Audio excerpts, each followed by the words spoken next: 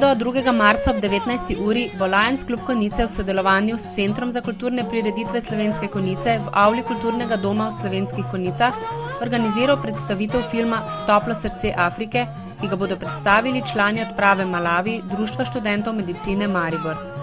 Društvo študentov medicine iz Maribora je nevladna organizacija, ki v svojih vrstah združuje študente medicine Mariborske medicinske fakultete, bodoče zdravnike, ki so v letu 2010 tudi ob finančni pomoči Lions kluba Konjice organizirali humanitarno izobraževalno odpravo na Črni kontinent pod imenom Odprava Malavi 2010.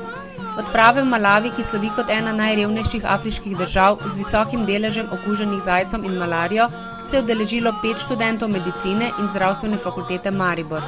Blaž Jelenko, Tamara Elbl, Maja Mlinarič, Marko Platajs in Tilen Zamuda. Masiku,